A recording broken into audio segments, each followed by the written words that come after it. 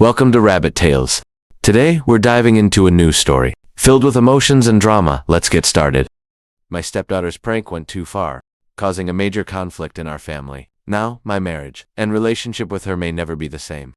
I know the title sounds bad, but please read and throw away, plus fake names. I 38 million. Married Judd, 44 feet a few years ago. And I acquired a stepdaughter, Abby, 14 feet. As a result, I dated Judd when Abby was 8. Met her when she was 9, and married Judd when she was 10. I'd say our relationship is okay. She doesn't act bratty towards me, and respects me enough as her mom's husband. However, there is one glaring issue about her, and that is her pranking nature. Abby loves to pull pranks. Some examples are her hiding my car keys with what looked like 100 dubs in a box. I found them quickly because she failed to notice. My keys have duct tape on them. Another one is when she hid in the fridge, something I still find very weird, to scare the first person who opened it. Well, last Wednesday, I arrived home, and it seemed that I was the only one there. Only my shoes were at the doorstep, and I even called out Judd's and Abby's names. With no answer, this is somewhat normal, as Judd sometimes works late, and Abby stays at school for extracurriculars. So I screwed around with my dog, a German Shepherd and Husky mix, for anyone that will ask for a bit. And then I decided to relieve myself. When I got to the bathroom, I noticed that the window cabinet was open. I thought nothing of it at first and unzipped my pants, but then I saw a shadow behind the shower curtains. I thought the worst and immediately punched the figure behind the curtains. Well, as everyone may have guessed from the title, it was Abby. She was making a prank video. And I had not noticed that she propped her phone up on the bathroom cabinet with 2 cups. I'm not gonna lie. I did not hold back. I punched her as hard as I could. Her nose looked broken, and when I realized it, I flipped out, and so did she. After maybe 5 minutes of freaking out, I drove her to urgent care and informed Judd of the situation. Her nose was indeed broken and would need about 6 to 12 weeks of recovery. Abby won't talk to me, and as for Judd, she thinks that my action may have been justified, but also thinks I should have approached with more caution, which she has refused to elaborate on. So AITA comments. Comment 1 NTA, get a copy of the video. If Abby starts bitching to people about how her stepdad broke her nose, you are looking at jail time. Get and keep a copy of the evidence that she startled you while you were peeing. You need to sit Judd and Abby down and have a serious conversation. Filming without consent while someone is in the bathroom is a massive invasion of privacy and illegal in many places. If she did this to another kid, it could be considered child PRN. While you are in the bathroom, you feel vulnerable with having your pants down. Genitals out, those feelings increase the flight part of the brain, and that you react on instinct. Please tell Abby that you love her, and never meant to hurt her. Comment 2, and why would a young girl think pranking her stepfather in the bathroom is ever a good idea? She should at least be talked to about pranking anyone in the bathroom, especially with a video. Comment 3. This is so unfortunate, people get killed for this. She's lucky she's alive. That's the normal reaction to fight is messed up. This is stuck firmly, because this is a life lesson. Play stupid games and win stupid prizes. Fortunately, it's all on tape, right? So you're protected. What she did is actually what's unforgivable. Her dumb antics are gonna get someone killed or put in jail. Her mother needs to address this. Not one more prank ever. Comment for how stupid does a 14-year-old have to be to not know that recording someone in the bathroom without their consent it is a very bad idea? And what was the stupid prank? Boo, I scared you. So I'm gonna put your reaction in PP on social media. Hey. But you might want to get legal advice. Lawyer before a false and more sinister version gets circulated. Comment 5. As a teacher, I can say that 14-year-olds are indeed very uninformed. Had a 14-year-old once who took 30 minutes to go to the bathroom. When he finally came back, because he was a kid who didn't usually cause trouble, and I was worried, I privately asked what the heck took so long. His response? I was waiting for people to leave the bathroom. I still didn't get it, so he elaborated. If you use a stall, you're probably trying to shit, or do something that you need privacy for, and other people will see your feet under the stall and try to film you by putting their phones over the walls of the stall. I started requiring that students trade their phones for the hall pass after that, also told the administration, but they didn't do anything. Point is, yes, teenagers are that uninformed that behavior like this doesn't click as being problematic. Update 12 days later, well, this blew up big time. Let's address a few things. Abby's pranking nature isn't just situated on me. She has pulled pranks on her friends, the neighbors, and at school. The school has called Judd several times about this, as they have resulted in mild vandalism. The refrigerator prank, she was 11 when that happened. Not a grown teenager, it was a brand new and very large fridge that my uncle bought and showed it off to everyone. So she climbed in until he opened it again. Judd yelled at her, saying that she could have suffocated in there, and took her outside to scold her for a few hours. The video itself. The video doesn't show the toilet at all, just the shower curtain, however. The issue still remains that this was a massive invasion of privacy. The video has been deleted, and Abby has admitted it was purely her fault. The update: it's been a chaotic week. Judd still refused to elaborate on how the situation should have been handled. I showed the post as a result, and she did a 180 turn. She suddenly thought it may be time to stage an intervention, and I agreed. We brought some of her friends, as well as my cousin's wife, Jess. Jess is an officer from another state, and Abby seems to respect her. In this intervention, we state how we were each affected by her various pranks, and how in turn they affected her. Jess also spoke about how much of these pranks border on criminal territory, meaning she could be arrested or face retaliation. It seemed to have gotten to her, and Abby cried a bit and promised to do better. When everybody else left, Jess stayed behind and brought to our attention about a disciplinary camp that we could send her to. The program is 6 weeks long and involves group therapy, individual therapy, and constructive projects, whatever that means, and is held at a university campus. The program apparently has good reviews. Judge seems dead set in sending her to figure out her core problems. I'm a little hesitant about sending a kid away from home, but I'm the step-parent, so I got no say at it. Update, okay? I swear Judd must be following my posts, because now she's taking back what she said and is now thinking about doing what fellow Redditors suggested in the first place: weekly therapy. So we agreed that I'm gonna find a therapist, and I'm gonna front the bill for it, since she didn't take this seriously in the first place. Comments. Comment 1: the program apparently has good reviews.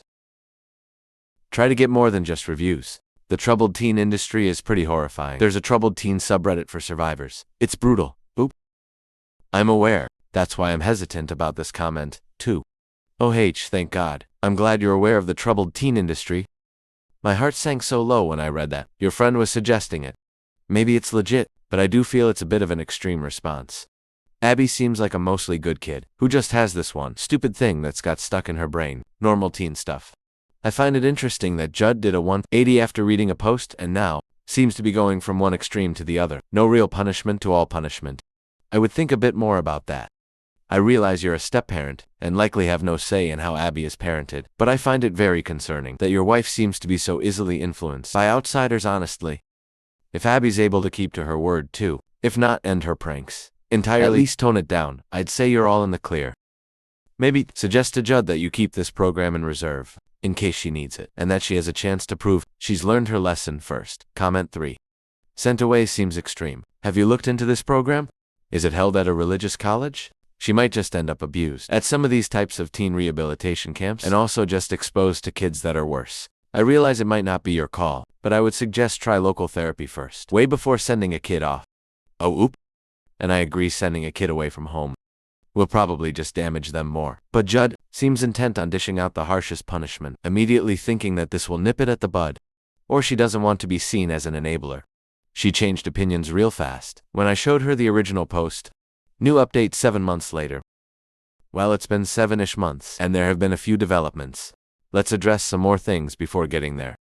Up until recently, I have been still getting DMs asking, why is this brat still in my house? Why am I friends with Jess? And why did I name my wife Judd in my posts? I was drinking when I made my first post. I saved a draft and went back to it after a few hours of sobering up, fixing a bunch of grammatical mistakes, but clearing some got overlooked and it just stopped. I was planning on calling her Duty. Jess and I are not friends. She is married to my cousin, who I do have a good relationship with, as well as their 2 daughters, and Jess's daughter. Jess has a serious problem with boundaries. As for why Abby was still living with me, you have to understand I, her stepfather, broke Abby's. My stepdaughter's nose. If word got out, it would look really bad. I would be seen as an abuser, and may have even been arrested. Several comments have pointed out how I should have saved that video for my own safety.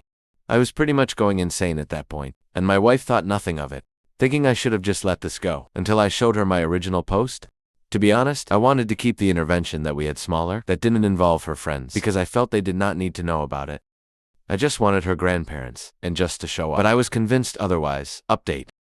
We decided that we would send Abby to weekly therapy. We were under the agreement that I would find and pay for it, and if it worked, my wife would pay me back. It did work. Abby improved by a lot. She has realized how much damage she has done, and is working to improve things. She has even begun to do volunteer work as well, which I didn't think she would do. She has apologized profusely, realizing how disgusting her prank was. She has also deleted her TikTok account, claiming that's where she got all the ideas from. We decided we would get her a new smartphone for her birthday 3 months ago for the improvement she's shown. We took away all smart devices as punishment. I don't think I mentioned that before. As for me and my wife, I gave her an ultimatum. Since therapy worked for Abby, it would be time we go to couples therapy, or else we separate. We were having problems before this whole incident showed up, and now it kind of has to be forced. Past 2 years we've been living more like roommates, and her enabling behavior is finally causing things to fall apart. She reluctantly agreed. It ended up being short-lived. She spoke during our sessions how I take things out of proportion, and I went too far. Posting the incident online, she revealed that she was indeed following my posts, and that's why she changed her mind about the camp. Our therapist then asked us both if we loved each other at all. I was honest and said yes, but it's becoming difficult. My wife, on the other hand, said she was in love with the idea of me. I needed a minute if I heard that right, and she went on how I was apparently a catch. I was younger than her, had a stable job and owned a house, and she thought my loyalty was a bonus. I don't why, but I asked her if she cheated on me, and she said no. But it doesn't matter. She just revealed that she settled for me. I filed for divorce 2 months ago. We had a prenup, so things are going smoothly, other than her erroneously claiming some jewelry is hers, but my lawyer seems to think that it should be finalized within 1 to 2 months. So my sub-ex has moved out along with Abby. My dog misses them. She just sits by the door, waiting for hours for them to come back. Stepdaughter is not happy about how things have progressed. She has been calling me a spineless bastard who couldn't just tolerate how things are, and has been saying to everyone who will listen. But behind closed doors, she's been blaming Abby for her divorce, claiming it was her behavior that caused it. I know this because she has called me and texted me semi-regularly. Abby is living with her grandparents because apparently her mother can't deal with her right now. I actually liked my in-laws. They were real good people, and they apologized for their daughter's actions and even offered to reimburse me for Abby therapy sessions. They told me that they were going to take care of Abby because it seems her mother has finally lost it. I spoke with Abby and assured her that this wasn't her fault. Chances are we were going to divorce regardless. She then told me that she didn't want me to leave and that I was the closest thing to father she ever had. This surprised me. I never really saw myself as a parental figure for Abby. I only really did the minimal outside of that. I just paid for school events, supplies, and would carve out some time for her, but I did leave it up to her if she wanted to spend time with me.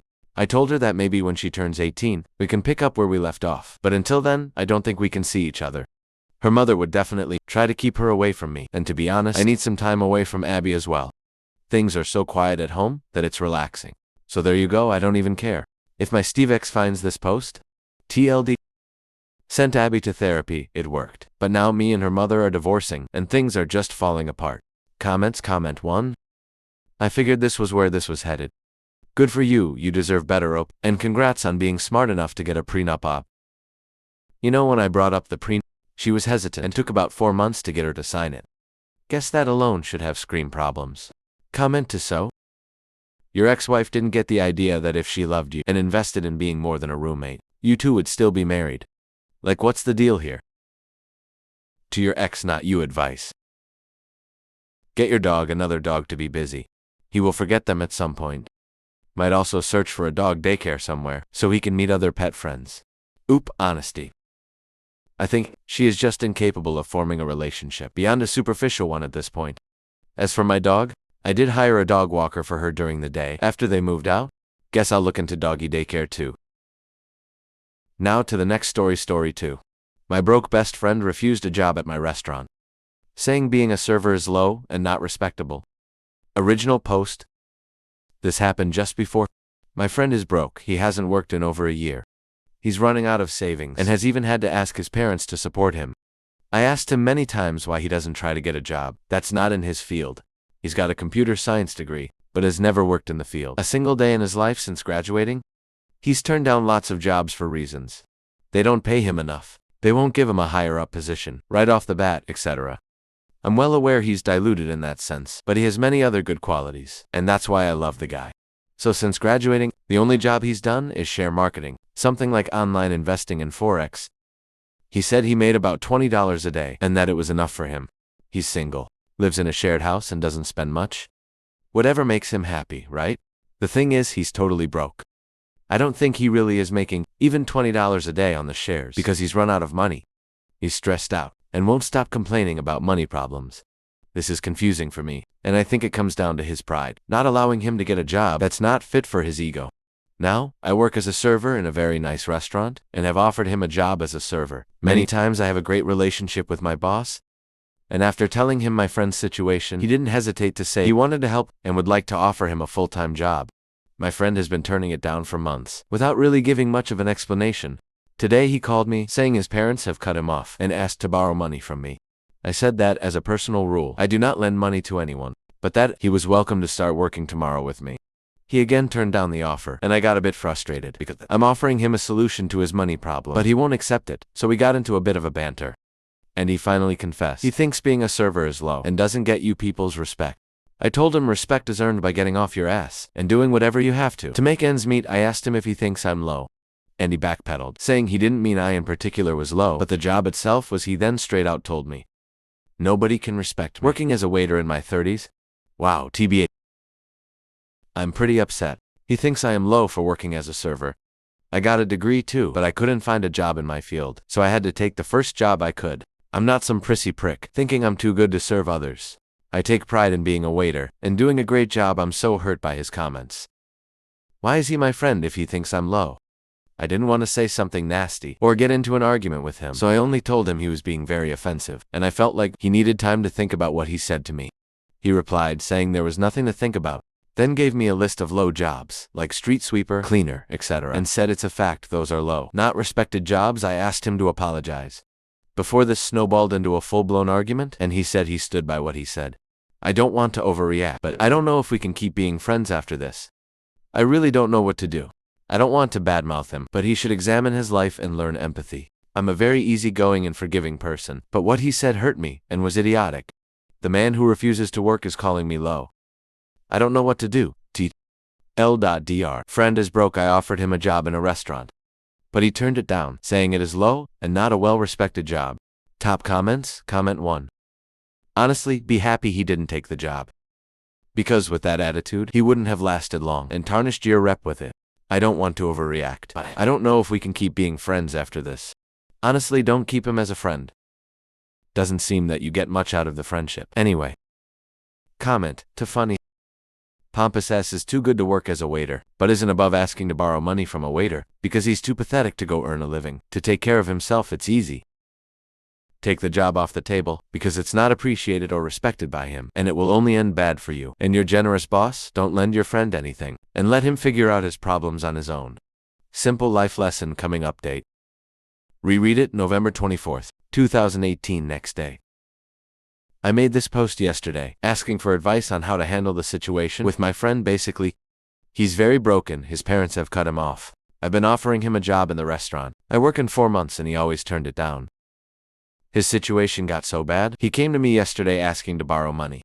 I don't lend money to anyone, as a rule, but I told him there will always be a plate of food for him in my house, and he was welcome to accept the job offer and start working with me. The very next day, well, long story short, we had a bit of an argument, if you can call it that, and he finally confessed. He thinks being a server is low, and won't earn him people's respect. In an interesting turn of events, he called me today and said he'd thought it through, and had decided he's willing to accept the job, only with one condition, as if he was the one doing me the favor, that he's to be made manager right off the bat, and that he should move in with me so that I can drive him to work, because the bus from his house to my workplace takes 35 minutes, and that's over an hour of commuting a day. He then suggested I move my youngest daughter into my elder daughter's room, so that there's an empty bedroom for him in my house. So he obviously had given this some thought. I was dumbfounded. The sense of entitlement and the level of pride you gotta have to make those demands is astonishing. I know he's never had a proper job, but he's not stupid. He has to know. You can't be made manager if you don't even know the names of their dishes or how to serve a coffee. It's all about his pride. He's got an ego bigger than I thought. He can't be humble enough to accept a waiter job and work things out from there. He needs to be made manager so that it won't hurt his pride as much. TBI was so out of words. I said I don't want to talk and hung up. I can't explain how off-putting that conversation was. I feel repelled by him. I feel disgusted, as if something has changed inside me. I can't have a person like him in my life. What makes a person refuse all help? Just out of sheer pride, my wife says. I've been patient and kind enough to him throughout the years, and I should let him figure things out on his own. He really is broke before his parents cut him off. They were covering his rent, bills, and he survived on the $20 a day he claimed to be making investing in Forex. I know he barely eats and can't even afford a new pair of shoes, and some other stuff. I know he's got no money. But then why won't he accept the job? He's not shy, has no mental health issues, and has no problem dealing with people. He's refused many other jobs in the past, even jobs related to his degree. Computer science. He's got the wrong idea that he should be given higher-up positions right from the start because he's him and that's what he deserves.